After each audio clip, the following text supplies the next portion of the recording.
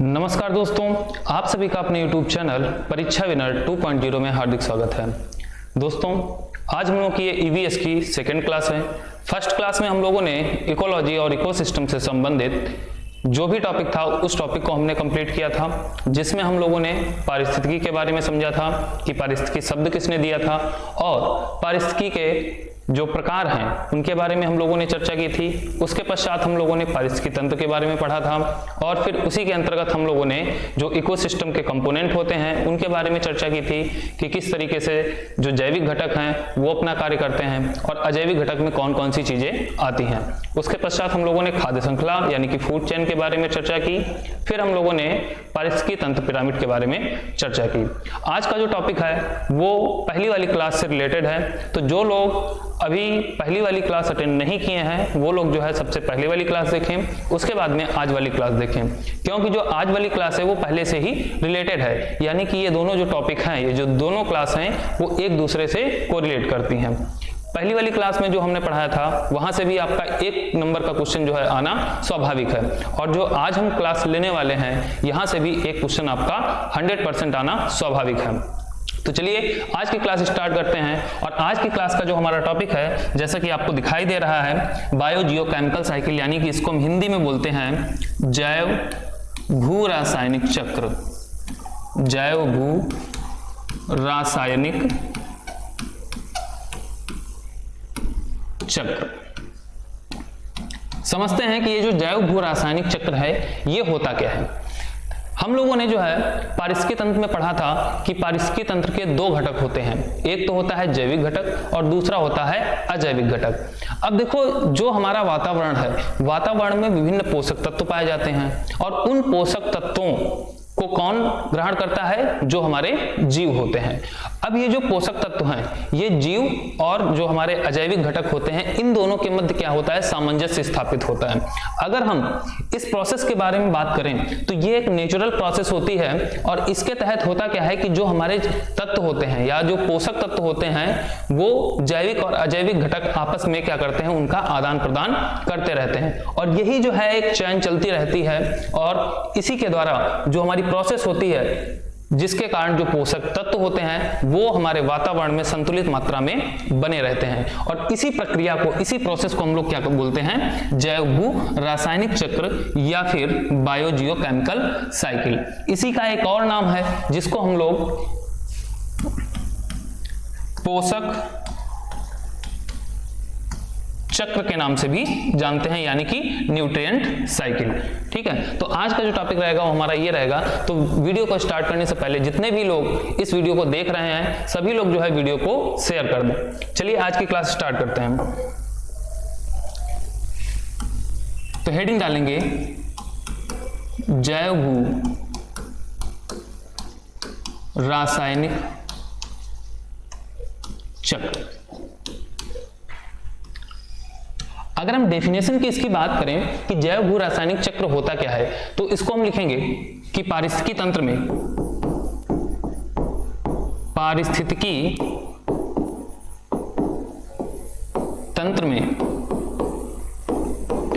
पोषक तत्वों का निर्धारित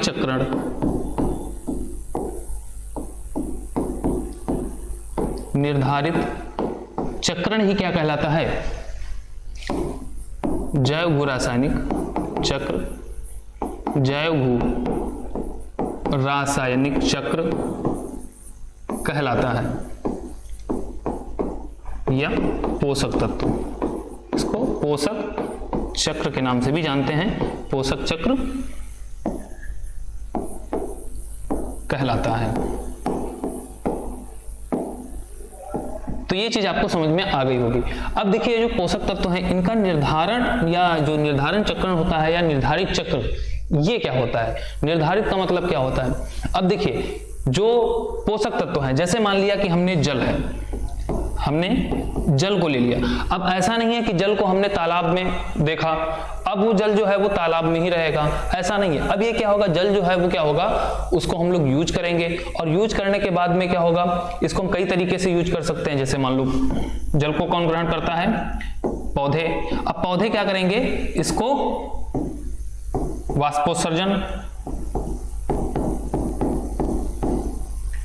वाष्पोत्सर्जन की प्रोसेस होगी। अब यही वाष्पोत्सर्जन क्या होगा, हमारे वायुमंडल में जाएगा और वायुमंडल से क्या होगा, वर्षा होगी और वर्षा होकर के पुनः वो जो है भूमि पर आ जाएगा। तो यही जो चक्रण चल रहा है कि यानी कि एक स्थान से इसने चलना प्रारंभ किया और इधर उधर घूमते हुए वो पुनः अपने ही स्थान पे आ जाता है। तो यही क्या है, यही एक चक्रण होता है। और निर्धारित चक्रण का मतलब यह है कि ये एक फिक्स होता है कि कोई भी वस्तु होती है वो एक ही जगह पे नहीं रहती है, उसका जो है एक स्थान से दूसरे स्थान पे चलना या एक स्थान से या एक जगह से दूसरे स्थान पे जाना, ये प्रक्रिया जो है वो परमानेंट होती ही रहती है। तो चलिए अब हम बात करते हैं कि जो जैव भू रासायनिक चक्र है या जो पोषक चक्र होता है, ये किस तरीके से होता है, ठीक है, और किन किन चीजों का पोषक चक्र, किन किन चीजों का जो हमारा चक्र है वो परीक्षा के दृष्टिकोण से इंपॉर्टेंट है। अगर हम पोषक चक्र या जैव भू रासायनिक चक्र की बात करें तो इनको हम लोग दो भागों में डिवाइड करते हैं या दो भागों में वर्गीकृत करते हैं। एक तो होता है अवसादी चक्र या अवसादी चक्रण, और दूसरा हमारा होता है गैसीय चक्रण। गैसीय चक्रण। अब देखो अवसादी जो चक्रण है इसमें क्या है, जितने भी पोषक तत्व ठोस रूप में पाए जाते हैं, ठीक है, जो पोषक तत्व किसमें ठोस रूप में पाए जाएंगे उन चक्रण को हम लोग किसके अंतर्गत पढ़ेंगे, अवसादी चक्रण के अंतर्गत पढ़ेंगे। और जो पोषक तत्व हमारे गैसीय अवस्था में पाए जाते हैं, ठीक है, ये गैस फॉर्म में या गैस के रूप में पाए जाते हैं, इनको हम लोग किसके अंतर्गत पढ़ेंगे, इनको हम पढ़ेंगे गैसीय चक्रण के अंतर्गत। तो सबसे पहले हम लोग ये जानेंगे कि जो अवसादी चक्रण है इनमें कौन कौन सी चीजें आती हैं, किन किन चीजों को हम इसमें पढ़ेंगे। तो इसमें जो है सबसे पहले हम लोग पढ़ेंगे फास्फोरस, फास्फोरस चक्र, और इसी में हम लोग पढ़ेंगे सल्फर चक्र। जब हम गैसीय चक्रण की बात करते हैं तो गैसीय चक्रण में हम लोग जल चक्र पढ़ेंगे, इसी में हम लोग पढ़ेंगे कार्बन चक्र, इसी में हम लोग ऑक्सीजन चक्र पढ़ेंगे,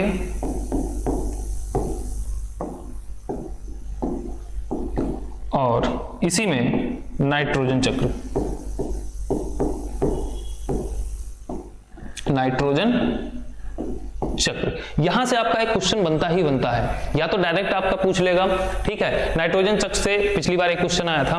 तो इन चीजों को हम लोग डिटेल में पढ़ने वाले हैं। तो सबसे पहले जो हम लोग टॉपिक उठाएंगे वो हम उठाएंगे कौन सा, अवसादी चक्रण, जिसमें हम लोगों का जो पहला टॉपिक रहेगा वो रहेगा फास्फोरस चक्र। तो हेडिंग डालेंगे फास्फोरस चक्र,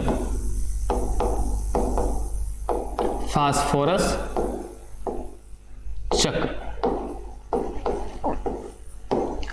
अब देखिए फास्फोरस चक्र को पढ़ने से पहले थोड़ा सा इसके हम बेसिक कॉन्सेप्ट के बारे में समझते हैं कि जो फास्फोरस होता है वो प्रकृति में किस प्रकार पाया जाता है। जैसा कि अभी हमने बताया कि ये किसके अंतर्गत आता है, तो अवसादी चक्रण के अंतर्गत इसको हम लोग पढ़ते हैं। तो जो फास्फोरस है वो वायुमंडल में वायु के रूप में या गैसीय फॉर्म में तो मिलता नहीं है, तो ये कैसे मिलेगा, तो ये ठोस फॉर्म में मिलता है। अब ठोस फॉर्म में जब मिलेगा तो ये ठोस फॉर्म में कहां पे मिलेगा, तो अगर हम इसके स्रोत की बात करें, ठीक है, इसके यदि हम स्रोत की बात करें तो स्रोत में हमारा क्या क्या हो जाएगा, हमारा रॉक्स हो जाएंगी यानी कि चट्टानें हो जाएंगी। इसके अलावा माउंटेन हो जाएंगे, और जो हमारा सेडिमेंट्री रॉक्स होती हैं, सेडिमेंट्री रॉक्स, ठीक है, सेडिमेंट्री रॉक्स।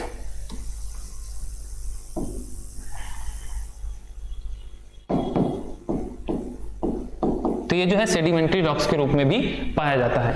ठीक है, इसके बाद में यदि हम बात करें कि जो फास्फोरस है वो हमारे लिए किस तरीके से उपयोगी होता है। देखो, जो जितने भी लिविंग प्लांट होते हैं उन सभी के लिए ये तत्व बहुत ही आवश्यक होता है। इस तत्व के अगर हम कार्य की बात करें तो पौधों में जो ये तत्व पाया जाता है या पौधे जो इस तत्व को जब एब्जॉर्ब करते हैं तो इसी के द्वारा ये क्या करते हैं, इसी के द्वारा एटीपी का निर्माण करते हैं। डीएनए में, आरएनए में जो लिपिड्स एसिड होते हैं उसमें भी जो है ये फास्फोरस जो है हमारा वो बहुत ही महत्वपूर्ण भूमिका अदा करता है।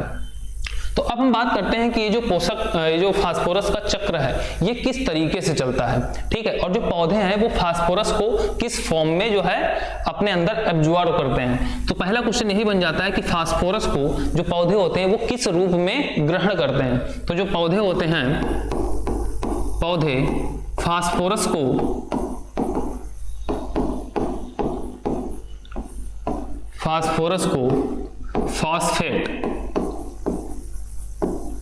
फॉस्फेट के रूप में ग्रहण करते हैं,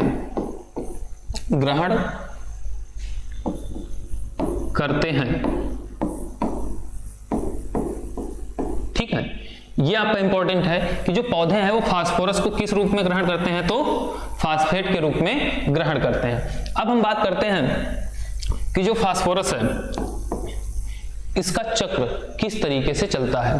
ठीक है, तो सोर्स हमने जान लिया कि सोर्स क्या होता है, रॉक्स होता है। ऐसे समझेंगे फिगर के माध्यम से।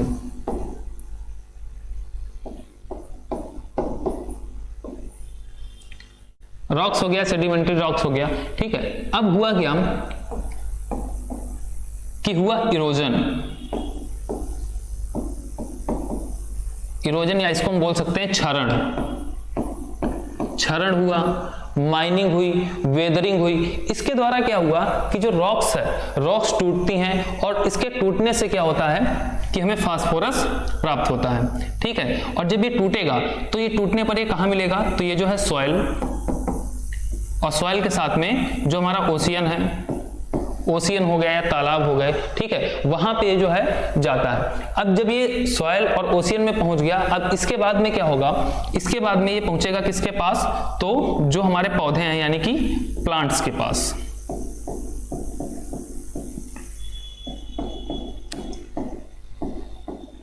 ठीक है, अब रॉक से टूटा, कहां पहुंचा, सॉइल में पहुंचा, सॉइल से कहां पहुंचा, ये प्लांट।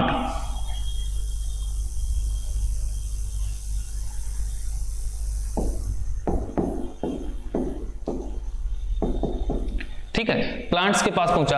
अब ये जो प्लांट है ये क्या करेंगे, प्लांट को कौन खाएगा, जो हमारे जीव जंतु हैं। ठीक है, मनुष्य या जीव जंतु, जितने भी शाकाहारी जीव हैं। ठीक है, शाकाहारी या सर्वाहारी भी बोल सकते हैं, वो किसका भक्षण करेंगे, प्लांट का।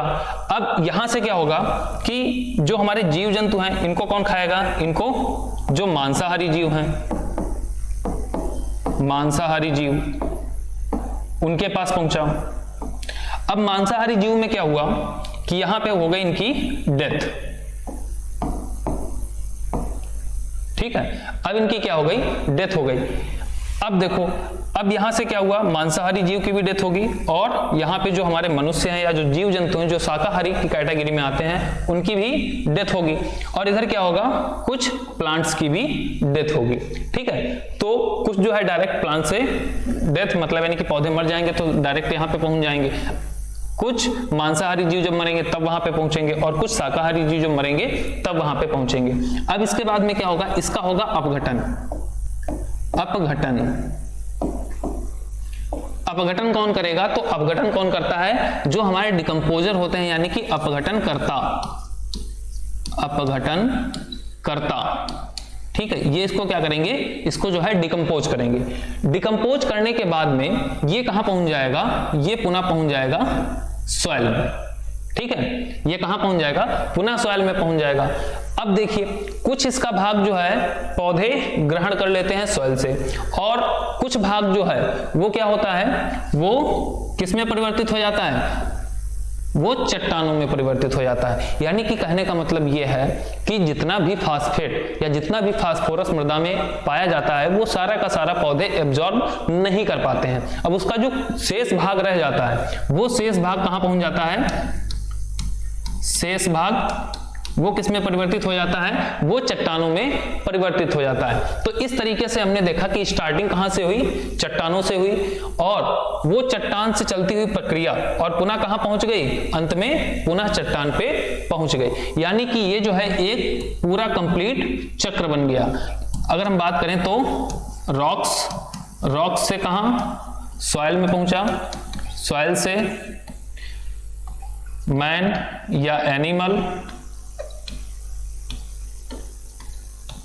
ठीक है, इसको हम ऐसे समझ सकते हैं प्लांट। पहले प्लांट ले लो,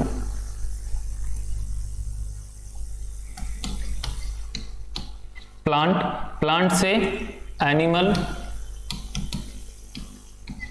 ठीक है, और एनिमल डिकम्पोज होकर के, ठीक है, कुछ भाग जो है वो सॉइल में पहुंच जाएगा और कुछ भाग रॉक्स में और कुछ भाग सॉइल से रॉक्स। तो इस तरीके से ये जो है फास्फोरस की एक कंप्लीट साइकिल तैयार होती है। तो इस तरीके से हम लोगों ने जाना कि जो फास्फोरस चक्र है वो किस तरीके से जो है हमारे जो वातावरण है, जो पृथ्वी है, उस पर ये काम करता है।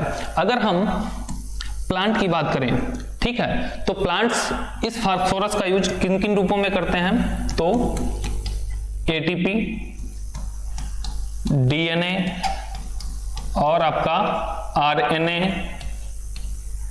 और जो लिपिड्स होते हैं, ठीक है, इनको बनाने में जो है ये प्लांट्स महत्वपूर्ण भूमिका अदा करते हैं। तो ये हमारा एक कंप्लीट चक्र हो गया।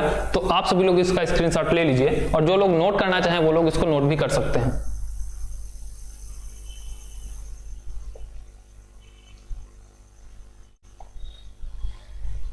इसको थोड़ा सा यहां पे सही कर लीजिए, ये फास्फोलिपिड होगा,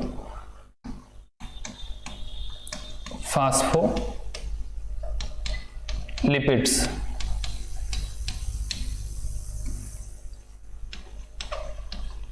ठीक है। अब इसको नोट कर लीजिए।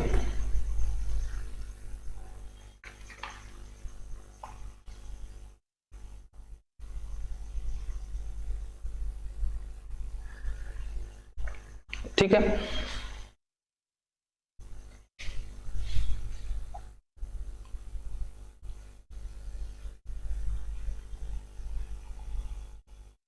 चलिए अब हम लोगों का जो नया चक्र रहेगा वो रहेगा सल्फर का चक्र।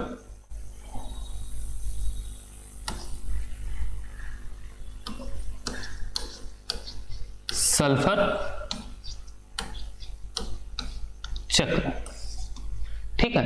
सल्फर चक्र में क्या है, आप लोगों ने देखा कि जिस तरीके से फास्फोरस पौधों के लिए उपयोगी होता है, इसी तरीके से जो सल्फर है ये भी जो है पौधों के लिए बहुत ही महत्वपूर्ण भूमिका अदा करता है। और जिस तरीके से हम लोगों ने फास्फोरस चक्र को भी डायग्राम पढ़ा, इसी तरीके से हम लोग सल्फर चक्र को भी डायग्राम से पढ़ने वाले हैं। अगर हम सल्फर चक्र की बात करें तो ये भी जो है कहां से, इसका अगर हम सोर्स की बात करें कि सल्फर कहां पाया जाता है, तो ये भी जो है किस अवस्था में पाया जाता है, ठोस अवस्था में पाया जाता है। और इसका जो स्रोत हो जाएगा वो क्या हो जाएगा,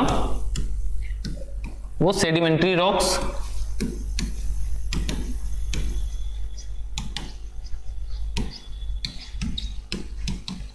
ठीक है, सेडिमेंट्री रॉक्स हो जाएंगी। अब अगर हम बात करें कि जो सल्फर है, पौधे इसको जो है किस फॉर्म में ग्रहण करते हैं, तो पौधे सल्फर को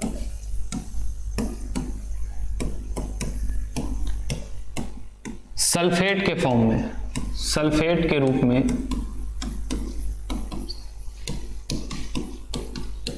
ग्रहण करते हैं, ग्रहण करते हैं,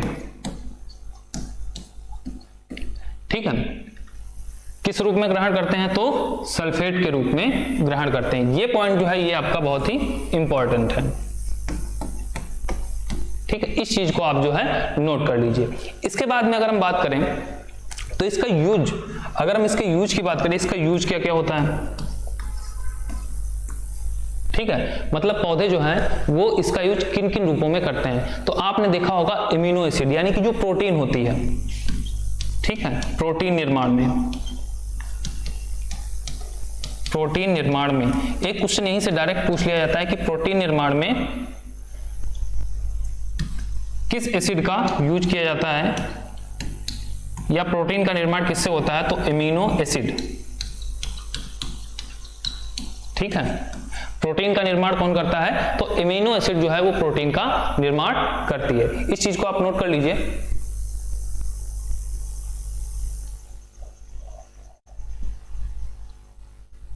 ठीक है, आगे हम पॉइंट की बात करें तो जो हमारा सल्फर है वो वातावरण में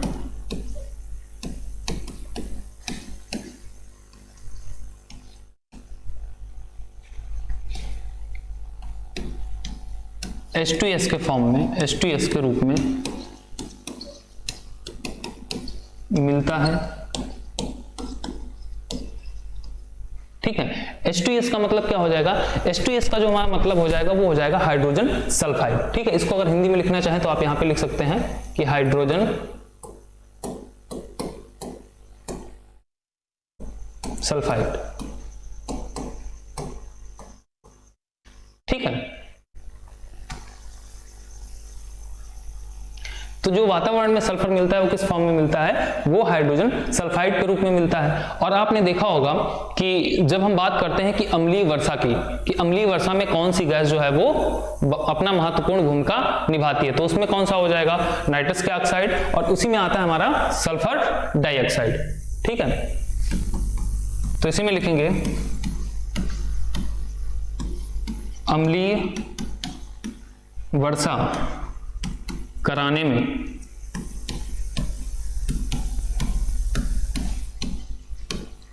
सल्फर डाइऑक्साइड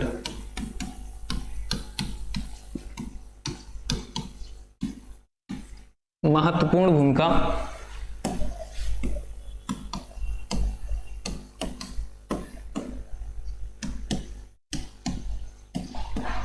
निभाती है।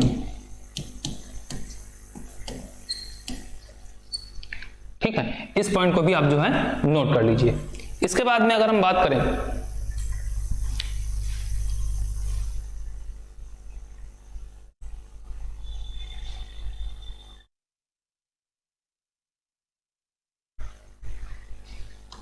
तो अब हम लोग पढ़ेंगे जो हमारा सल्फर चक्र है वो किस तरीके से बनता है और किस तरीके से ये जो चैन वाली प्रक्रिया है ये कंप्लीट होती है। तो सल्फर हमने बताया ये आपको कहां से मिलेगा, तो आपको चट्टानों से मिलेगा, यानी कि रॉक्स से। ठीक है, इसमें क्या होगा, इरोजन होगा। इरोजन के तहत ये कहां जाएगा, सॉइल में जाएगा। ठीक है, इरोजन बोल सकते हैं,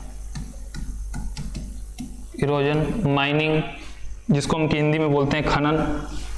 ठीक है, हिंदी में ही लिखे दे रहे हैं, क्षरण।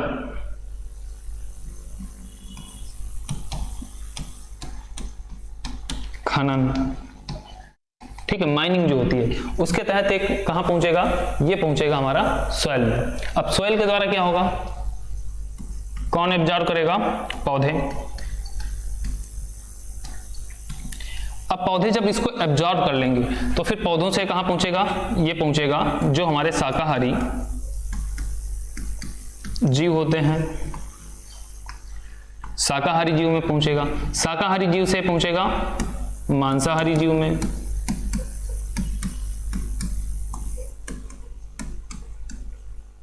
ठीक है, और मांसाहारी जीव के बाद में जब इनकी क्या हो जाएगी, मृत्यु हो जाएगी। ठीक है, यहां से भी इनकी मृत्यु हो गई और पौधे भी क्या हो जाएंगे, डेथ हो जाएंगे। ठीक है, अब मृत्यु के पश्चात इनका क्या होगा, इनका होगा अपघटन।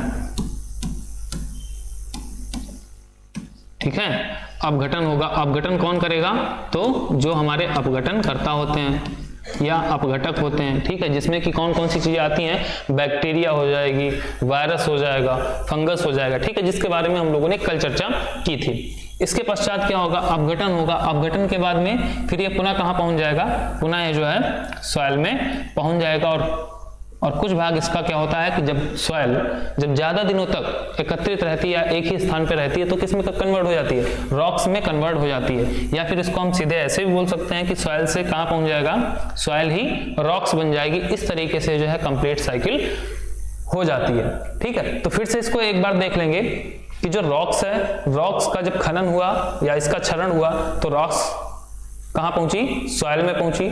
सॉइल के बाद में जो पौधे हैं वो क्या करेंगे, वो सल्फर को ग्रहण करेंगे। इसके पश्चात ये पौधों से कहाँ पहुंचेगी, जो हमारे शाकाहारी जीव हैं वहां पे पहुंचेगी। इसके पश्चात फिर शाकाहारी जीवों को कौन खाएगा, मांसाहारी जो जीव हैं वो भक्षण करेंगे, ये मांसाहारी जीवों में पहुंचेगी। फिर जब इनकी मृत्यु हो जाएगी या फिर इनसे जो वेस्ट मटेरियल निकलता है, ठीक है, या हम बोल सकते हैं अपशिष्ट पदार्थ,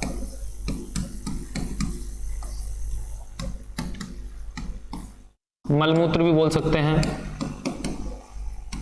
ठीक है, इसके द्वारा भी फिर इनका क्या होगा, अपघटन होगा। अपघटन किसके द्वारा होगा, जो हमारे अपघटक होते हैं। और फिर यहां से यही प्रोसेस अपघटन होने के पश्चात कहां पहुंच जाएगी, सॉइल में पहुंच जाएगी और सॉइल से पुनः पौधों में और कुछ भाग जो है वो रॉक में, और इस तरीके से पूरी प्रक्रिया चलती रहेगी। तो हमें आशा है कि आप लोगों को ये दो प्रोसेस जो है वो आपको बहुत ही अच्छी तरीके से समझ आई हैं। और जिन लोगों को इसमें किसी भी प्रकार का कोई भी डाउट है तो आप जो है कमेंट करके अपना प्रश्न या अपना डाउट जो है वो पूछ सकते हैं। आज के लिए इतना ही, धन्यवाद।